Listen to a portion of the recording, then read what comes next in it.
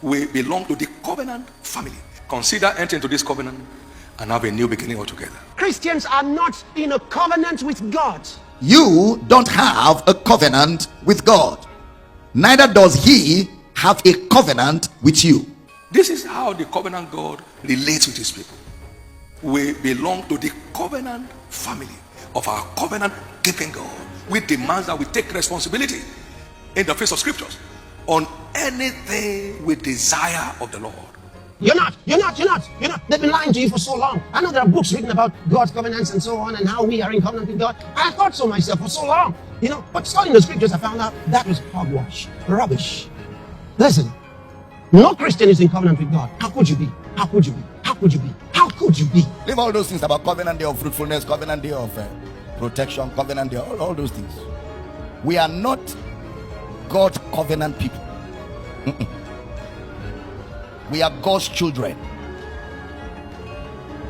You can't say you are covenant with somebody and call yourself a child of the person. No. If you're in covenant, that's a different ballgame. If you're a child of somebody, there's no covenant. Welcome to Isaac Show. Before we continue, permit me to say that these are fathers of faith with different opinion on this particular subject matter from the same one Bible. And we as children, we are to learn from them so that we all can come into the unity of faith. Without taking much of our time, let's listen to our fathers to learn from them, to know whether we are in a covenant with God or we are the children of God.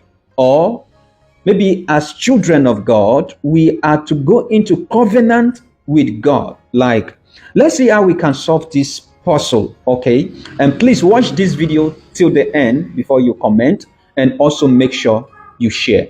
But there is nothing mystical about the word covenant. It's simply a deal enacted by God or put in place by God on well-defined terms and sealed with an oath. God is simply saying, I vow to do this if you will do this. That's the covenant. This is what I have planned to do, and this is what you must do to commit me to do it. Simple. So it's a spiritual platform where we commit God by our obedience of faith to make good his promise.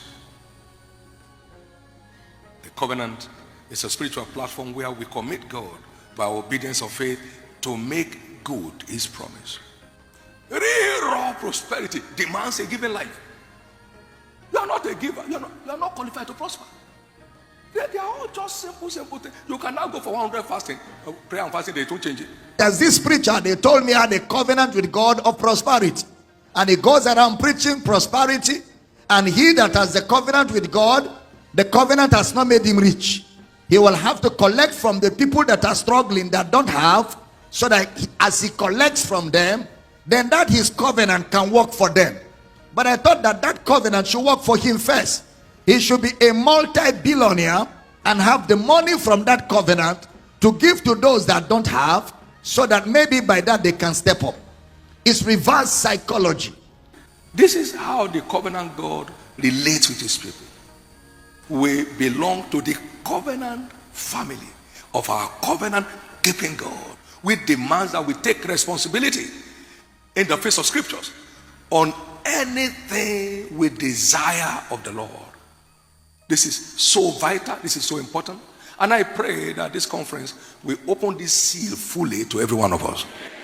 We need to recover our covenant mentality. We need to recover our covenant mentality. That is the platform on which God relates with us.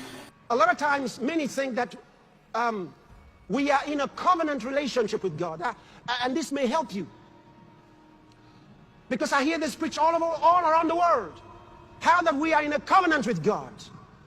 And as long as you think that you're in a covenant with God, something will be wrong.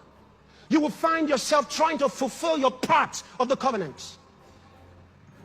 You'll be struggling to fulfill your part of the covenant so that God will fulfill his part of the covenant. But Christians are not in a covenant with God. Please consider entering into this covenant and have a new beginning altogether. Consider entering into this covenant to serve Jesus with all your heart and with the whole of your desire. So if both of them were married, they would have a covenant relationship. She would be in a covenant with her, he would be in a covenant with her, and she would be in a covenant with him. Imagine that based on this relationship, they gave birth to this one. Come, thank you. Imagine that they both, from their covenant relationship, gave birth to this one. Tell me something. This is the father. Is he in a covenant with this daughter? Tell me. Is there a covenant between them? No. Is there a covenant between the mother and the daughter? No. The covenant is between father and mother. Who is this one? This one is the product of the covenant. You and God don't have covenant, because for you and God to have covenant means you have to keep terms, and if you fail, you die. And there's no man that cannot fail. God can't trust you to be in covenant with him. He will wipe away the human race. So God created man out of God to represent man in the covenant. So listen to this. God and Jesus are in a covenant. You're just a beneficiary. You're just a beneficiary. Am I talking to somebody? Whether you like it or not, once you're born again, you are blessed. Whether you pray or not, before you call, I will answer. Listen, when my father and mother got married, the covenant of marriage was between two of them. I am just a beneficiary. So my father must pay my school fees. My father must give me a house to stay. My father must give me food. Whether I pray or I don't pray. Whether I fast or I don't fast. If he's a responsible father, I didn't beg them to bring me out. Two of them agreed and brought me out. I didn't beg God to get me born again. God got me born again by the death of Christ. Therefore, God has to take care of me. He has to look after me. He has to provide for me. He has to protect me. Why? It is his responsibility. What is my responsibility? To enjoy what God has provided. As your amen will come like thunder, I prophesy you will enjoy the blessing. You will enjoy the grace of God. You will enjoy the provisions of God. Somebody shout, I receive, I receive. Interestingly also, every covenant we enter into has capacity to endure for generations. To endure for what? To endure for generations. And in thy seed shall all the families of the earth be blessed. In thy seed. In thy seed. They've been lying to you for so long. I know there are books written about God's covenants and so on, and how we are in covenant with God. I thought so myself for so long. You know, but studying the scriptures, I found out that was hogwash, rubbish. Listen, no Christian is in covenant with God. How could you be? How could you be? How could you be? How could you be? How could you be? Leave all those things about covenant day of fruitfulness, covenant day of protection, covenant day, all those things. We are not God's covenant people. We are God's children. You can't say you are covenant with somebody and call yourself a child of the person. No. If you're in covenant, that's a different ball game. If you're a child of somebody, there's no covenant. You and your father don't have a covenant. You have a relationship where your father is responsible for your growth and development. You and God don't have a covenant. The moment you introduce a covenant, you change all the dynamics. We are not God's covenant people. We are God's children. We are family. I will be to them a father. They shall be to me sons and daughters. That's been the plan from the beginning of time.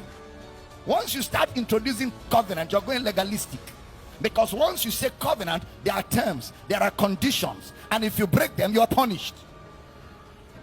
But once you talk about family, there is forgiveness. Because there is love. And love covers a multitude of sins. Please consider entering into this covenant and have a new beginning altogether. Please pay attention. You don't have a covenant with God. Neither does he have a covenant with you. Don't forget that the word covenant means two people. Diakiti. Diakiti is used in normal